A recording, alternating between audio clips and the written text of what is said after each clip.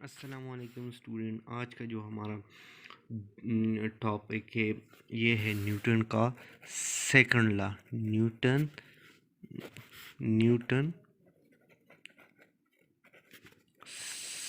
Second law. Newton का हम जो है सेकंड लॉ पढ़ेंगे इस टॉपिक में। इस टॉपिक में न्यूटन का सेकंड लॉ पढ़ेंगे। सबसे पहले इसका स्टेटमेंट पढ़ते हैं कि न्यूटन का सेकंड लॉ का स्टेटमेंट क्या है। क्या स्टेटमेंट हमें देता है? The net force on a body is equal to the product of a body. ये स्टेटमेंट हम ये है, द नेट फोर्स क्या, कौन सा फोर्स है? एक्सटर्नल फोर्स होता है जो बॉडी का अपना फोर्स। एफ से फोर्स को on a body, on a body, net force on a body is equal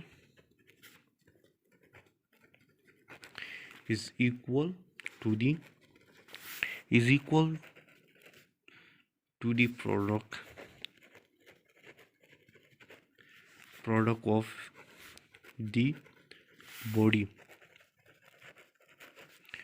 of the body,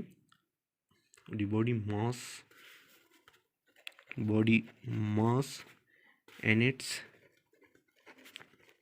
acceleration is called speed acceleration a, इसको a से, स्मॉल a से। और अगर दूसरे स्टेटमेंट, ये तो पहले स्टेटमेंट, दूसरे स्टेटमेंट में देखें, net force applied on body, APPLIE, applied on body, एक बॉडी के ऊपर जब नेट फोर्स अप्लाई कर दें, प्रोड्यूस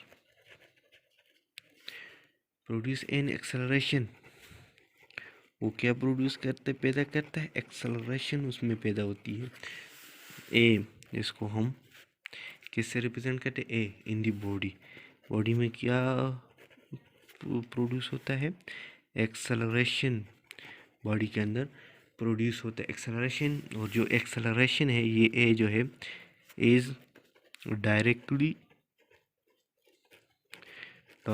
प्रोपोर्शनल। ये जो एक्सेलरेशन होता है ये डायरेक्टली प्रोपोर्शनल होता है to the magnitude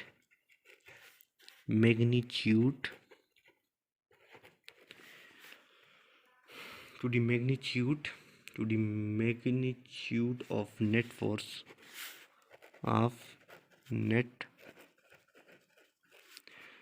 force and inversely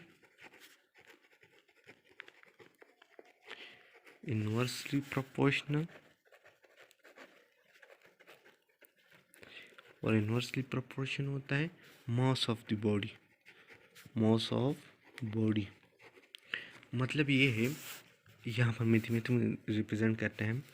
ए जो है वो डायरेक्टली प्रोपोर्शन होता है एफ से, और इन्वर्सली प्रोपोर्शन होता है मास के। मतलब इन्वर्सली, और ये इक्वेशन 1 और उसको इक्वेशन 2 का नाम दे देते हैं। अभी एक चीज़ है, for example directly proportion, inversely proportion में बताता हूँ। सबसे पहले स्टेटमेंट बताते हैं। Net force applied on body, जब एक बॉडी पर आप जो है फोर्स अप्लाइड करते हो, एंड एक्सेलरेशन, उसकी जो एक्सेलरेशन होगी इस बॉडी में क्या प्रोड्यूस होगा? एक्सेलरेशन। और जो एक्सेलरेशन होगा वो डायरेक्टली प्रोपोर्शन होगा मैग्नीट्यूड ऑफ नेट फोर्स। मतलब जितना ज़्यादा फोर्स पैदा करोगे उतनी ज़्यादा उसमें एक्सेलरेशन जो है प्रोड्यूस होती है। इसको कहते हैं डायरेक्टली प्रोपोर्शन। और जितनी inversely proportion to the mass of body, जितना आप जो है इनवर्सली प्रोपोर्शन जो है, जितनी बॉडी की मास ज़्यादा होगी उतनी जो है वो जितने एक्सेलरेशन, यहाँ पर एक्सेलरेशन ही दोनों, जितना एक्सेलरेशन जो है इन्वर्सली प्रोपोर्शन मास का है, जितना एक्सेलरेशन जो है आप एक चीज़ का जो है, जितना एक्सेलरेशन, जितनी बॉडी का मास ज़्यादा होगा उतनी उस पर जो है एक्सेलरेशन क्या होगा, जितने एक्सेलरेशन ज़्यादा हो वो लगेगा उतनी उनकी जो है मास कम होगी। मतलब इसमें ये होता है कि इन्वर्सली प्रोपोर्शन में मैं आपको बताता हूँ जितना इसमें क्या होता है। इन्वर्सली प्रोपोर्शन में एक चीज़ जो है आप इंक्रीज़ करते हैं तो दूसरा जो है ऑटोमेटिकली डिक्रीज़ होता है। यहाँ पर आपको ए जो है वो इन्वर्सली जो है प्रोपोर्शन है एम के मास के, तो ए जो है वो डायरेक्टली प्रोपोर्शन है फोर्स के।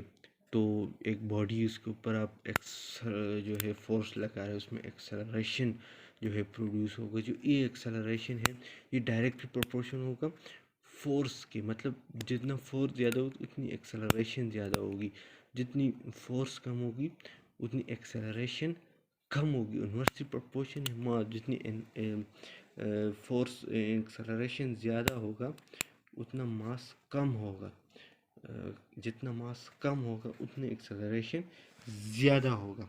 इसमें आपको समझ आ गई होगी। जितना एक्सेलरेशन इन्वर्सली प्रोपोर्शन एक चीज़ को इंक्रीज़ होते हैं तो दूसरी चीज़ डिक्रीज़। अभी एक्सेलरेशन ज़्यादा करेंगे तो मास कम होगा, दूसरा डिक्रीज़ हो गया। एक्सेलरेशन अगर आप जो है कम करते हैं तो मास फिर इंक्रीज़ हो जाता है। तो इसमें एक चीज़ को इंक्रीज़, दूसरी जो डायरेक्ट प्रोपोर्शन में एक चीज़ को इंक्रीज़ करोगे तो दूसरा भी खुद ब खुद इंक्रीज़ हो जाता है, उसमें कोई भी चीज़ डिक्रीज़ नहीं होता, दोनों चीज़ें जो हैं वो इंक्रीज़ हो जाती हैं। एक्सेलरेशन सेम डायरेक्शन और जो एक्सेलरेशन होता है वो सेम डायरेक्शन, जिस डायरेक्शन में आप एक्सेलरेशन दे रहे हैं उसी डायरेक्शन में जो है बॉडी एक्सेलरेट होगी, सेम डायरेक्शन होगी एक्सेलरेशन की। जितना जिस तरफ आप नेट फोर्स दे रहे हैं उसी तरह जो है वो उसकी एक्सेलरेशन भी होगी। यहाँ पर मैंने लिख लिया, जितना आप सेम उतनी एक्सेलरेशन जिस डायरेक्शन में उसी डायरेक्शन में, जिस डायरेक्शन में आप फोर्स लगा रहे हो उसी डायरेक्शन में एक्सेलरेशन दे दोगे। अब इसको जो है कंबाइन कर दे, जो इक्वेशन 1 और 2 हो, तो हमें हासिल होगा F is equal to M. तो F is equal to M. यहाँ पर जो प्रोपोर्शनलिटी जो है कांस्टेंट यहाँ पर हम लगाएंगे, वो प्रोपोर्शनलिटी जो कांस्टेंट होता है ये लगेंगे। जो हमारे पास प्रोपोर्शनलिटी कांस्टेंट होता है वो K होता है, K होता है। तो ये हम इस तरह लिख सकते हैं कि अगर अगर 1 kg, यहाँ पर लिखते हैं, यहाँ पर हम लिख सकते हैं, यहाँ पर हम लिख सकते हैं कि जितना जो है लिख सकते हैं 1 kg क्या है जी, मास है। तो उसका जो एक्सेलरेशन होगा वो भी 1 मीटर पर सेकंड, और जो फोर्स होगा वो 1 न्यूटन होगा। फोर्स की जो एक्सेलरेशन जितना मतलब एक किलो मास है तो उतना एक्सेलरेशन होगा, उतनी उसकी फोर्स होगी। तो हम ये F इज इक्वल टू, हम ये कह सकते हैं F is equal to KM AF जो है बराबर है KM एक। और ये हम फिर ये कह सकते हैं ये हम कह सकते हैं कि जो है K इज इक्वल टू 1, कितना, जिस तरह हमने कहा कि KMA जो जितना मास 1 है तो उतना ही जो है एक्सेलरेशन भी 1, न्यूटन भी 1, तो K की वैल्यू भी 1 ही आएगी। और यहाँ पर हम जो है इसमें के की वैल्यू इस तरह हम लिख सकते हैं, A is equal to F M, और या एफ एम, तो यहाँ पर के की वैल्यू 1 है हमारे पास, तो 1 हम लगाएंगे। या इस तरह भी हम लिख सकते हैं, 1 को ना लिखें तो K is equal to F M. तो ये हमारे पास ये आता है, therefore F is equal to M A. तो इसलिए हमारे पास ये जो है ये बनता है कि न्यूटन जो है F is equal to M A हमारे पास, क्योंकि के की वैल्यू 1 है, 1 हम लिखते नहीं, तो A is equal to F by M. यहाँ पर 1 मौजूद है, तो इस हम लिख सकते हैं कि फोर्स बराबर है मास और एक्सेलरेशन था। तो न्यूटन जो सेकंड लॉ है, न्यूटन का जो सेकंड लॉ है, ये हमें क्या बताता है? न्यूटन का जो सेकंड लॉ था ये हमें ये बताता है कि जितना एक्सेलरेशन जितना ज़्यादा होगा, न्यूटन का फर्स्ट लॉ क्या बताए? यहाँ से इसकी जो है जितना एक्सेलरेशन जो होता है वो क्या होगा, वो लार्जर होगा, तो उतनी जो है उसकी देन फिर फोर्स विल बी लार्ज, तो उतनी उसकी क्या होगी, फोर्स बढ़ेगी, और उतना ही जो है मास जो होगा वो क्या होगा, स्मॉलर होगा।